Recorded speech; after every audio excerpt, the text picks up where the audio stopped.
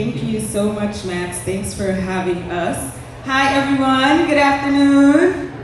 Hey, make some noise for yourself. Everyone's looking awesome. It's a beautiful day, so I'm glad that you guys are able to come out here and share this day with us. I am Nefatari. I'm a recording artist and model, and I have the pleasure of being on this stage with these two beautiful, talented, intelligent women. And we have Baseera Khan here. Max just gave an awesome introduction. I probably don't need to introduce her to you guys, but for those of you who don't know, Baseera is an amazing artist. She's showing here at Art Basel and also at Brooklyn Museum in New York, and we are going to get into a bit of her background today. I also have Blizzy next to Baseera. Blizzy is out of New York. She has been featured in Ebony Essence. They call her, is it the Nail Whisperer, Blizzy? The Nail Whisperer, I read somewhere. And she is a nail tech, but also a nail artist, really. And so Baseera and Blizzy have worked together, and we are going to explore their relationship and their influences as creators. So let's start off. Everyone, please feel free to take a seat who just walked in. Don't be shy. We have some seats up here in the front too, and a few there that you guys can take if you want to. So my first question is for Blizzy and Baseera. So I'd like to know a little bit about how you started as creators, as artists. How did your art become the source through which you document your experiences through life? And what were some of the influences? You want to start, Blizzy? Go first. Okay. When I was growing up in Texas, I was continually asked every year to get involved in a wildlife drawing competition, because that was apparently what they did in public schools. Some of you are shaking your heads. Texas. So I think I was already a pretty creative person, and I was trying to communicate visually, and that actually kind of solidified some semblance of oh, I can actually translate something in real life onto paper. And so I kind of started building confidence in talking visually that way.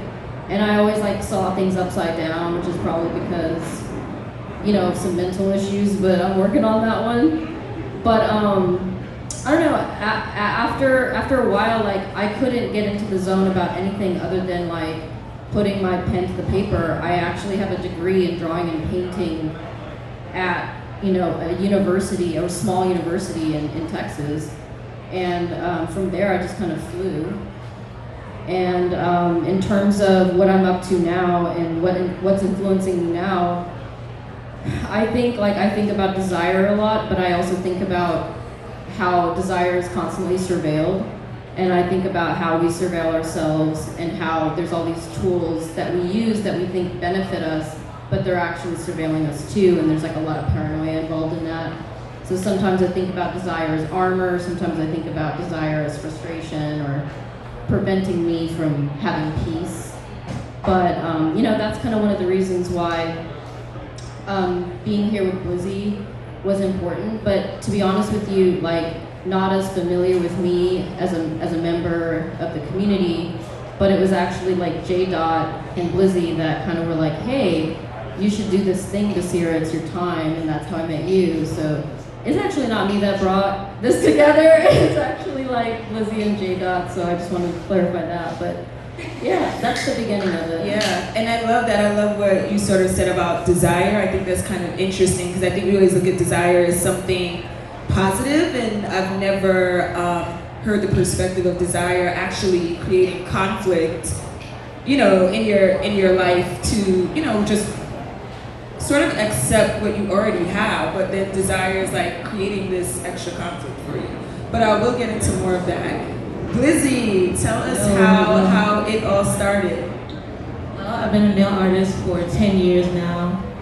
When I first started, it was kind of one of those things, I had worked a job, I was just a creative. All creatives, we have that struggle period where we're trying to figure out, okay, what are we gonna do? And nails have always been in my life, but I didn't know that I was gonna be a nail artist. I didn't think about it. But it's been in my life since I was a teenager. I first went to get my nails done for prom, junior high, and that became like a ritual kind of thing. And then, you know, when I went to college for graphic design. I've always been into art, all kinds of art. But it was when I moved to Philly and decided that I wanted to get into retail management and like starting a brand. And I realized how important nails are, you know, in fashion. They try to discount it. They try to say like, oh, they're not important, but they really are the thing that ties your outfit together. And they don't give us enough credit. And when I saw that, I said, you know, nails are gonna be big. I was like, it's gonna be a thing where you can't do anything without nails. And honestly, I said that, and maybe a year later, like 2011, nails just blew up. And I was like, okay, so I'm the oracle? Because I literally predicted that. And like, it started out with me just doing nail art. I had a lot of influence from Japanese nail art and just Japanese culture and fashion. I love Japan, I love Tokyo, Harajuku, all the gaudy, big, cartoony things. I was into that. And I kind of brought that to Philly. Nobody was doing that in Philly. And another thing was stiletto nails, because that was the first big thing for me. Rihanna, she runs my life. And Blizzy, tell us what the stiletto nails look like. That's the pointy or like the car? That's the pointy. Okay, so mine are not pointy, but it will be like this, but more with a point. And Rihanna was probably one of the first people who made that like a staple. And it was really hard for women to go get that from the shop, because these local shops, they don't care. They just want you in and out. They're not worried about your shape. They don't care about your foundation. They're just like, slap, slap, slap, and you can be on your way. And then you get outside and you're like, why does it look like this? So I became kind of known for just my shaping and attention to detail early on. And then I decided to go get my license, because I said, you know, I don't want to get sued. I'm not trying to like cut people up and use the drill when I don't know how. So I was like, I need to get my license and like do it for real. So I got my license, and I was probably one of the only people in Philly who was doing everything.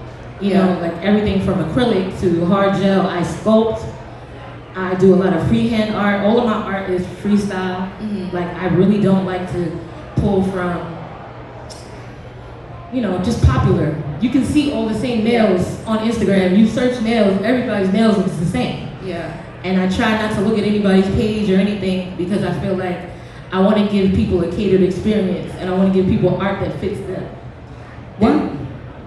One thing I wanted to point out for both of you, it doesn't sound like you had anyone in your families who did this before you, or is that correct? That's correct. Did you, Baseera, have anyone who was an artist? My mom was, you know how like there are these names for careers now, but there wasn't really a name for fashion designer back then. She was a seamstress. But actually when you unpack what she was doing, she was a fucking badass. Right. And like basically.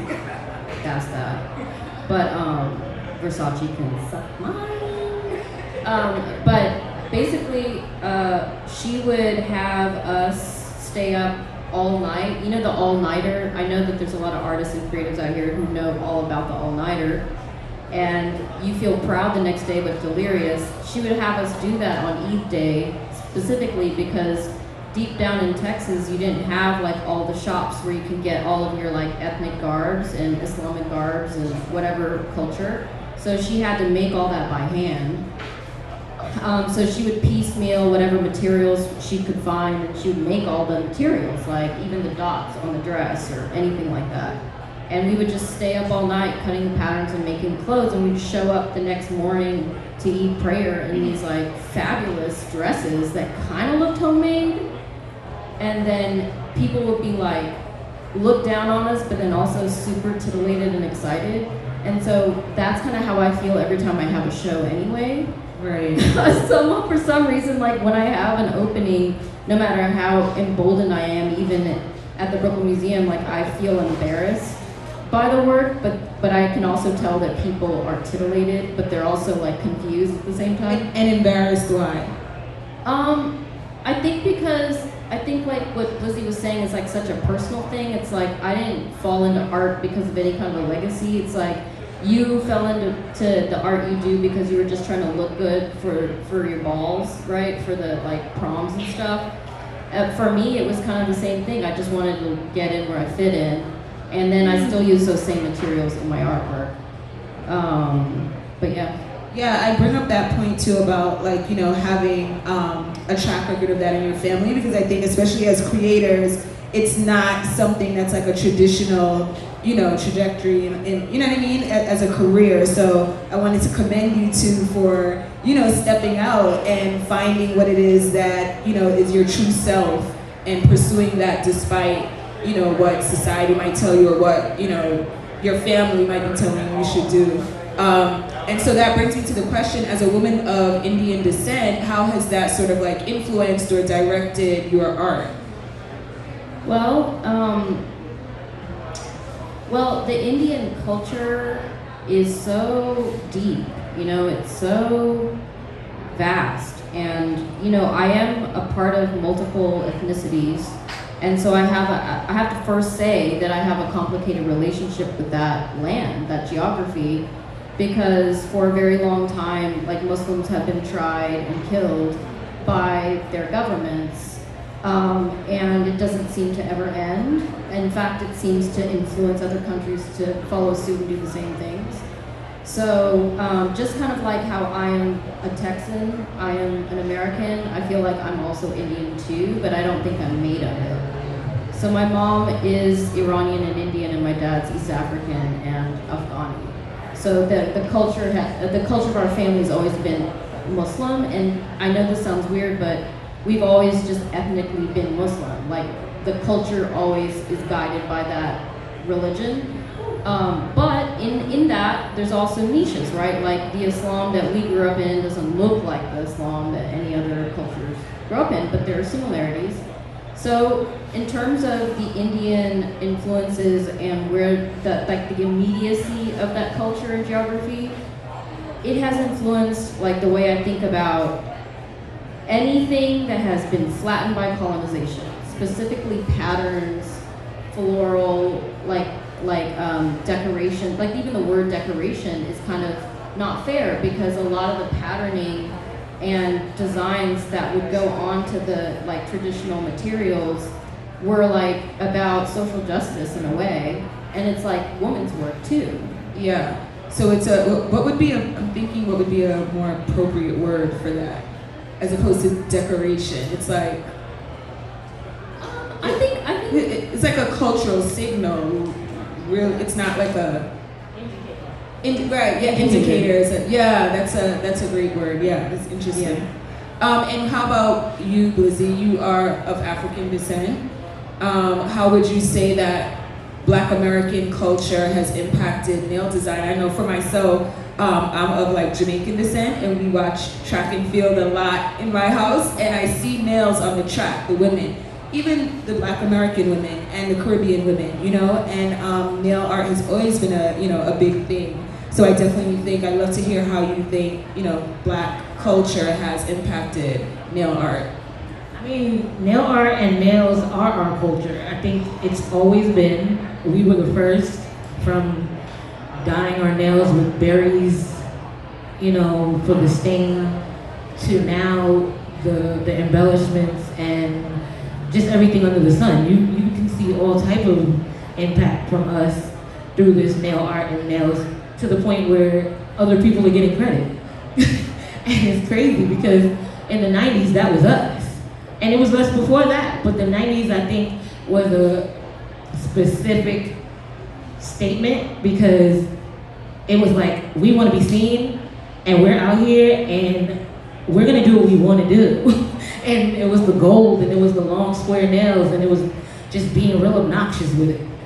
And it was, I don't know, I don't think it's obnoxious, but I know that people will say that. They'll call it ghetto, they'll call it all those things, and it's like, okay, but when you do it, it's classy. And I think that it's important to make that distinction, because you know, we don't get enough credit for like just making those statements early on, and then everybody else attaches themselves later. But I will say that, you know, I think that a lot of people pull from, you know, fashion and different things. I know I do. So in terms of Black culture, like fashion is a big thing when it comes to like nails, and what I pull from. A lot of my designs are like based off of some of my favorite designers. My favorite designer is Gucci. I love the prints.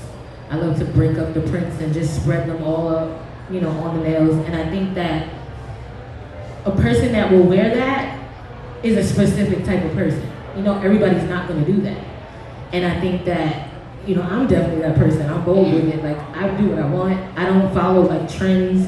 I'm not like, oh, it's fall, I gotta wear dark. Like, no, it's a mood. It's a mood every time for me. So like, when I am choosing colors and all those things, like, it becomes like it's a therapeutic thing. And I think that if more people paid attention to how they were feeling as opposed to what they were seeing, then they would realize like those type of things help as opposed to hurt. And you're not gonna be feeling like you're just following the crowd because you're doing something more for yourself. Yeah, so that actually brings me to my next question, talking about, you know, the art being therapeutic. Baseera, would you say that your art is therapeutic? I know you mentioned mental health. You talked about mental health earlier. Would you say that it's therapeutic for you, or is it more of a form of activism for you? I wouldn't say that I wouldn't say that I heal myself specifically through making art, but I do performance and sculpture, and that kind of rolls into installation. So, and photography, because I have to like capture the performances in some way. So the performances are endurance, and I learned that if you don't sleep and you don't drink water, there's nothing that you can ever do to get straight. So also you need oxygen in your brain, and a lot of like the way that you do that is through heavy breathing, and that's what actually supplies your mind with oxygen. All that stuff kind of led me to like do my own kind of endurance practice to get myself straight, but then as I was doing it, I'm like pretty advantageous. So I just always end up being like, this would be a really cool installation. And so that's kind of how Brave Rage happened, where I like created a rock climbing gym essentially as a drawing tool, pouring resin from the corners of my body, and then I like climbed that. But as I was doing like rock climbing just for my own health and wealth, I like came up with that idea. And so yeah, it does heal me, but I think that in terms of activism, I actually like to like build communities, not as artwork, but while I'm making the artwork. Okay, interesting. And then is there any part of activism in your art? Blizzy, I know you already said it's therapeutic for you, but is it also a form of activism? I mean, it can be. I don't really get into the super thematic type of nail art because I think that's just like the holidays and all of that. It's like it's been done. It's been done over and over. There's only so many ways you can draw a candy cane, you know, like. So I think for me, the activism is in helping people figure out who they are. You know, like that's a big thing with my brand and with art because, you know, most people come in and they've been to these, you know, basic shops. They don't see anything they like, so they're like, you know, just give me paint, just give me color. They don't even know what they like. Yeah. So sitting with me is a chance to really figure out, like, who am I and how can I express that through my nails? Yeah. And I think that's a really great point because I think just in general, people, but then especially like women of color, I think expression comes up a lot and being limited, you know, in expressing yourself and finding ways to express yourself, or that you shouldn't express yourself, you know what I mean? So I think sometimes we do turn to art or nails in order to do that and be able to express ourselves. And it's like for us, you know, a lot of people may not understand or know that like this is actually like us expressing ourselves, and like people might just think it's like, oh, a trend, a pop culture trend. That's why she has her nails like that. So that's an awesome point. So tell us how you guys got together. Like, what influenced you to incorporate Blizzy's nail art into your art? How did that come about, and what moved you? So right before the panel started, I had a chance to sit with Heather and just check in. And I first started exhibiting at NADA in 2017. And when I came, I was working on this performance under an acoustic blanket, and there was a little portal, and so the only way that I could express myself was through my hand. So sometimes I would tap my hand with henna, or I would like go to one of these cheap places and try to tell them how to adorn my fingernails the way that I envisioned I wanted to express my hands when I went through the portal. And I was always getting into fights because I was like, this isn't shaped right. This is not straight enough. And I would get into fights with every single person, and it's not in my nature to fight, right? I'm a peacemaker. And so then, like, I went to some exorbitantly expensive places and still kind of didn't feel right. And I was like, then at that point I was spending a lot of money. So, I mean, if you're my friend, and there's a lot of good friends in here, you know that I complain for productivity. And my friend Stephanie over here was actually like, just let me fix your problem. Go to this person I've been going to. And so I finally did that, and it was hard to get an appointment actually. And so the first day Trust me, I know. And so like the first time I came to meet you, I came in at 11 and I floated out at 5. Wow, what was happening? We were unpacking, like we're both Aquarians, and we were just unpacking. And when you were talking about activism, I actually think that like Blizzy in the last 2 years, and we know what's been happening these last 2 years, Blizzy's actually been helping me understand my power. And I don't know that you know, I mean, I think we're starting to understand that now, but like, you are doing so much more than just doing the nails, because A, you're caring for it, you're giving me tips, you're acting like my mother in a way sometimes, but you kind of like are digging into me psychologically to know how to please me and to know how to get me to achieve the desire that I'm looking for. So, I mean, that was power to me. Yeah, no, I love that too, because I feel like too, we kind of go elsewhere to be pleased. I also think we tend to go to like romantic relationships a lot to be pleased, and so when you just said that, hell no. Well, I'll speak for myself, no, but like, you know what I mean? Like, I think like, you know, you go outside yourself, yeah, to try and be pleased or have someone please you, or to like whatever sex you're attracted to. And not often enough, I think, we have our own friends, like our own friends please us, or, you know what I mean, so into us, as opposed to like some romantic relationship. So when you just said that, like, to hear you say that your friend, like, was pleasing you, quote unquote, and was like sewing into you, I think that's really awesome. Yeah, I mean, we could clap it up for that. Yeah. Real friends. Yeah, like at the time of, after I started doing the performances, I started performing by scanning my hands, because I started getting into, like, if I'm interested in surveillance, why don't I use the actual materials of surveillance? So I started scanning and doing all these kinds of like things that say like the FBI is into or whatever, I don't know. Maybe I'm being paranoid.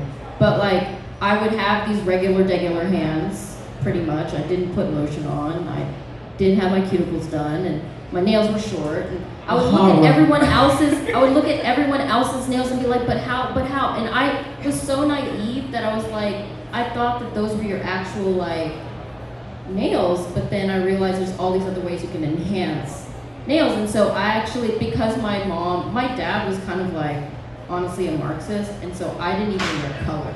I wore black every day, never wore makeup.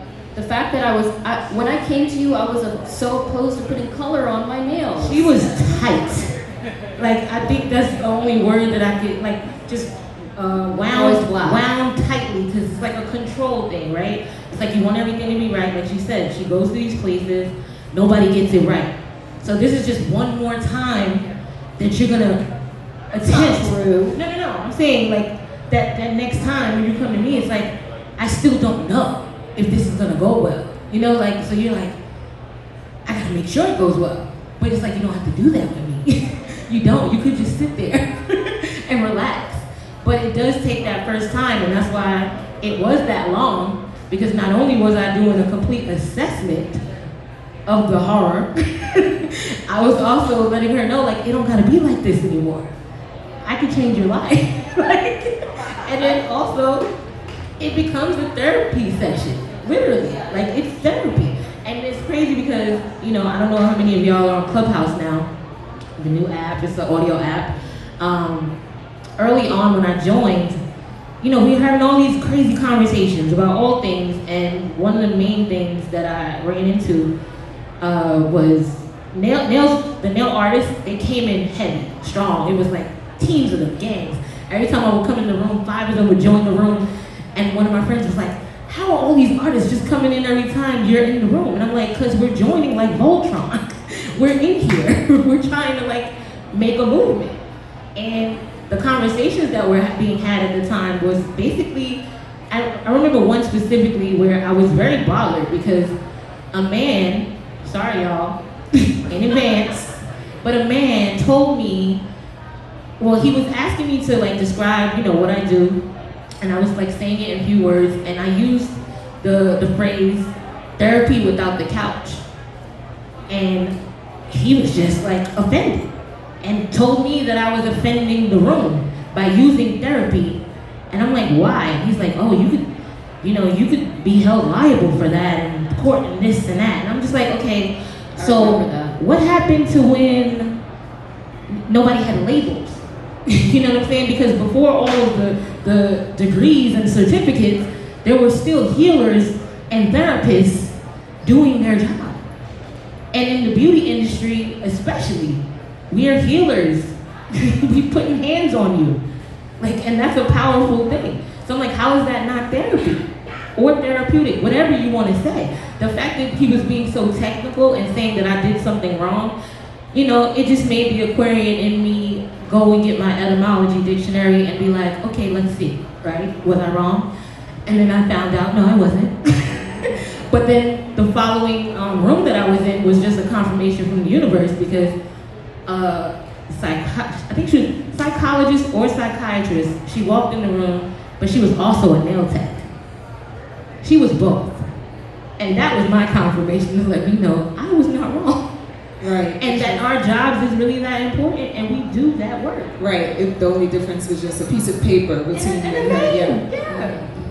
Yeah, awesome. So what do you think led to like this surge in the trend in nails? Ooh. Well, I'll say when I started in 2010, Tumblr is a website that was really heavy, a visual website. Everybody was blogging and doing, their lifestyle thing. All the younger kids were being real creative. And I took that opportunity to just showcase my nail art.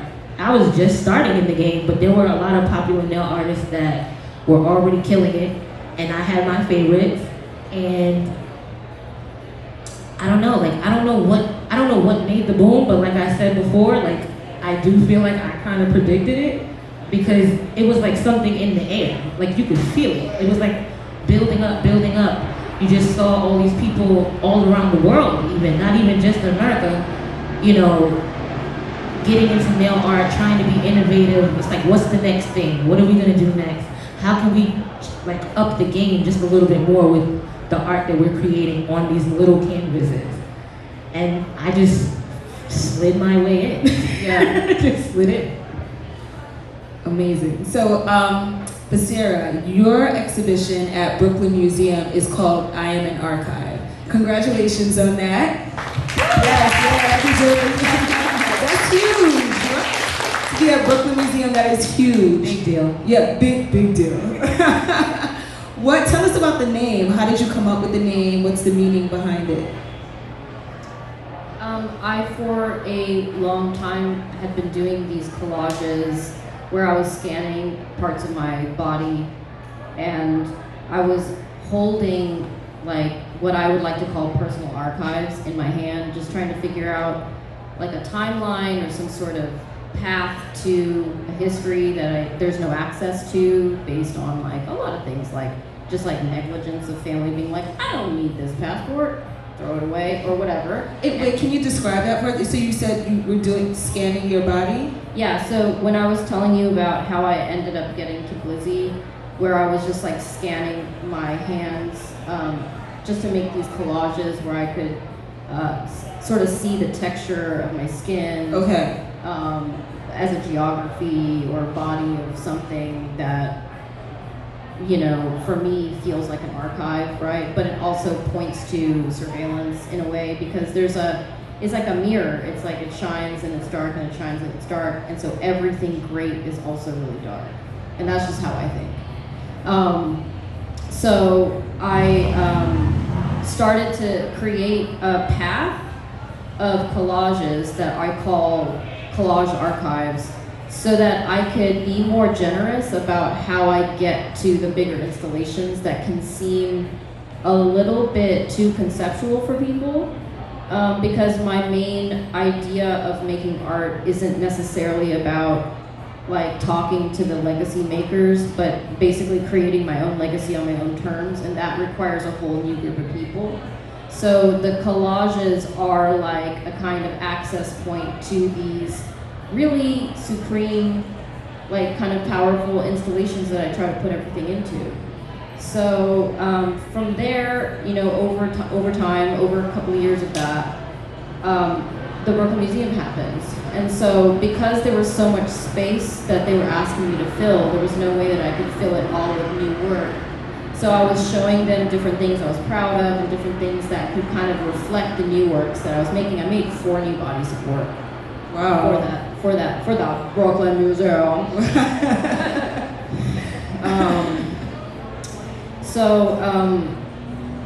The fact that there was already this thing called archives in my world, and I had already been like thinking about sociology and anthropology, and I would go to these dorky film programs at Colgate University every year and watch films for 8 hours in dark rooms with air conditioning. It was called Robert Flaherty Film Archives.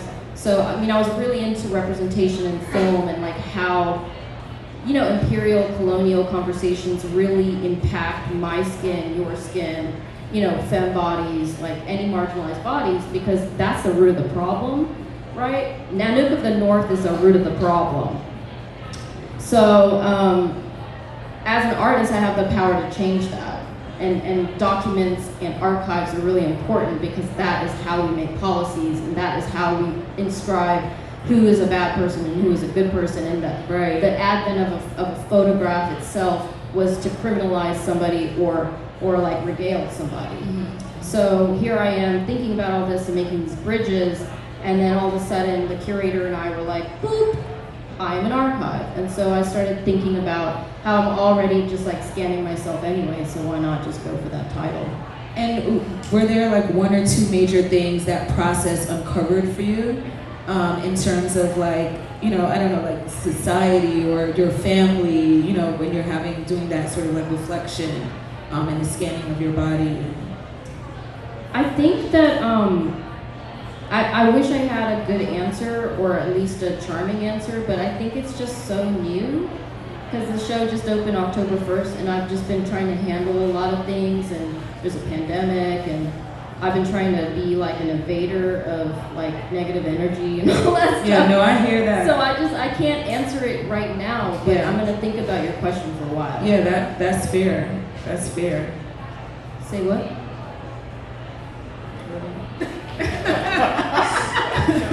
So, Baseera, I read that your Waste of a Nation piece, the way that was created, the way it was created was actually, I'm not sure if it was during the pandemic, but you were consolidated to your home, which like became like a cafe for you, a disco, a classroom. Tell us about that. Like what, your home became your studio, a classroom, a club? Yeah, so all of us went through this moment, especially in big cities where we were put on curfew, right? There was actually a police car who would come by and like blast go home on Nostrand Avenue in Crown Heights where I live. Okay.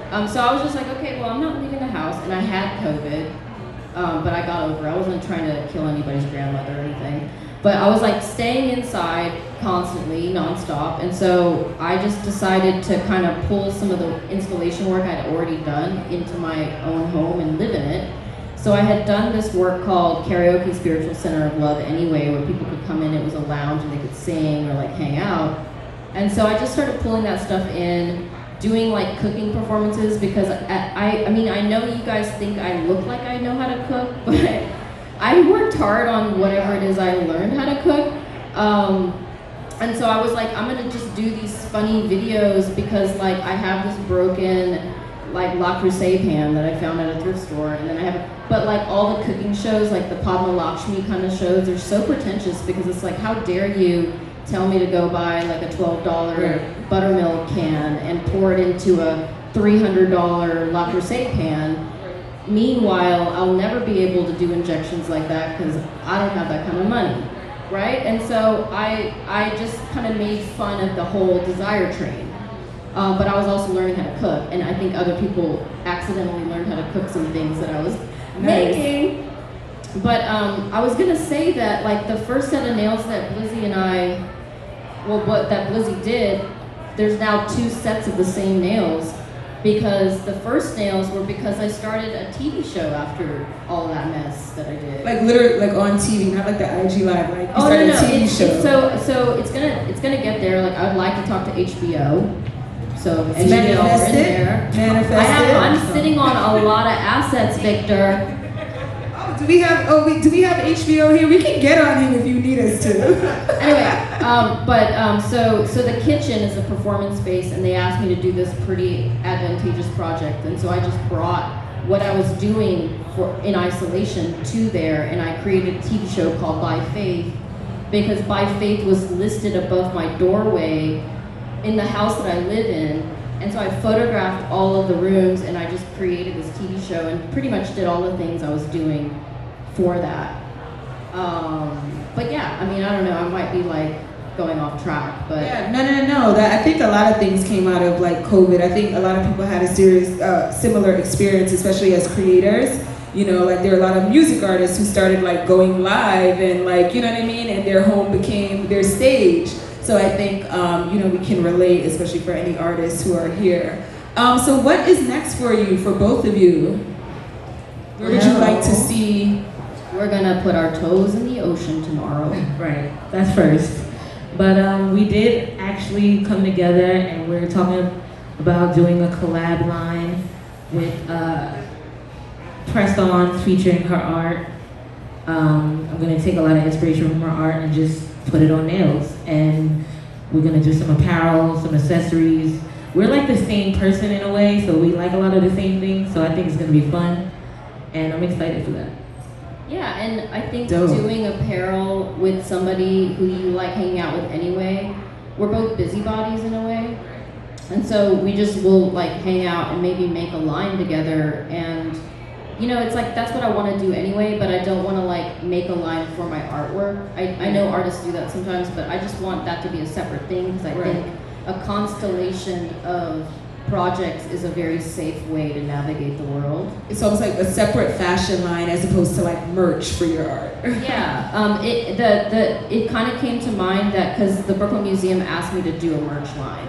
So I did this gold and silver necklace. It's like a nameplate necklace that says I'm an archive. I did a silk scarf from one of the rugs that I've made. I've done t-shirts. There's a lot of stuff at the gift shop. Wow, that's dope. Right, but the thing is like it's for the gift shop, and like I didn't understand contracts, because that's another thing that like actually Blizzy's helping me navigate Talk about through business. Yeah, through J-Dot, because there's like a lot of people like there's a That's a whole nother talk. It's a whole other talk, but it's one of the reasons why I maintain my nails, because I feel like at this point when someone's trying to try me, I'll put my hand out and for some reason they change their demeanor. Wow. So I have to try that. I gotta try that. It's like when someone's But trying your to nails try have to look lit. Like your nails have to look. Well, they do. Yeah, no, they do. But for anyone who wants to try it, the first step is get your nails looking lit. Because we're talking about indicators. That's an indicator that you care about yourself. And not only care about yourself, but you have the money too, right? To spend on that, because that's and a you're luxury. willing, and That's you're a luxury, willing, right? and you're willing, Right. Because everybody has their thing, right? But it should always be self first. And if you're taking care of yourself, then no one can discount you. They're gonna look at your hands and be like, okay, I can't play with her or him. Because I mean, the you hands can. do it too. It just depends on what we're playing. Try. That's dope. No, but I think that's so interesting, like the indicators, you know what I mean? So that's amazing, great. And then, so can you tell everyone where they can see any of your artwork and where they can find you, Blizzy? Is it still in Brooklyn Museum? And then here, you're showing here too. So yeah, please tell us. Okay, so very briefly, I do have the Brooklyn Museum show is up until July 2022. So those of you who are procrastinators, you're allowed to do that because it's up for a year. I also have work going up in Houston at the Moody Center at Rice University in May. I have, hopefully the TV show is gonna get booked in 2022. Then here, as we are in Miami, I'm at Art Basel at Simone Small Gallery in J14, which if you haven't gone, then well, it's your bad because the show's over, right? This is the last day. Hey, you better catch it. Yeah, they have like a couple more hours. And Blizzy, where can we see your work or come to your store to get our nails done? Well, currently I am based in downtown Brooklyn at the world famous Neil Farina Salon. If you know, you know. I have a private space upstairs. I'm there Wednesday through Sunday. The hours are online. You can find me on Instagram at Tout Est Bombe. That's French for everything is bomb. TOUTESTBOMBE. I'll spell it out for you because I know. But yeah, all my information is there. You can find it all in the bio. You can click from my website. You can book straight from the Instagram. All of that. You can go to toutestbombe.com. However you want to do it, you can definitely contact me. I'm also on Twitter. I think my TikTok is Get Bombed, I think. You can find me. I'm not hard to find at all. But the booking is definitely on Instagram and through my website. Amazing. So before we get out of here, I want to ask if anyone has any questions from the audience. Any questions here you want to ask the ladies? Yes, in the back. I think maybe if you just project, we could probably hear you, or you can come to the front and take the mic if you want. Up to you.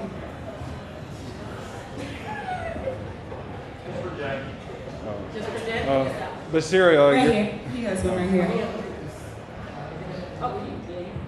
Thank you.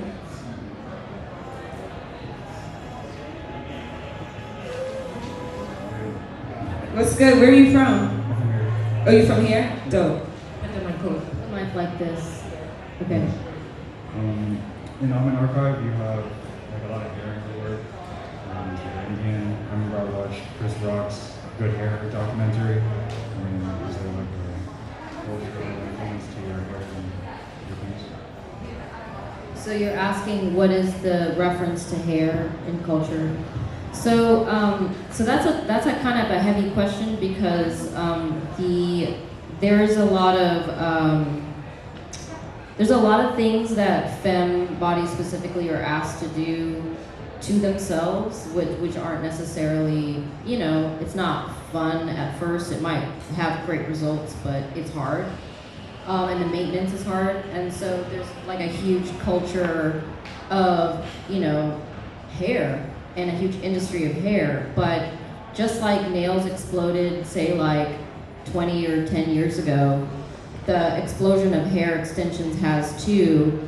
And within the entertainment world specifically, everybody like kind of wants to look like a black person, but they don't really want that black person to have the rights and change the policies to make sure they're safe, specifically in Hollywood or the government or whatever is happening or what have you in the United States. So I say that specifically because I've noticed that like through the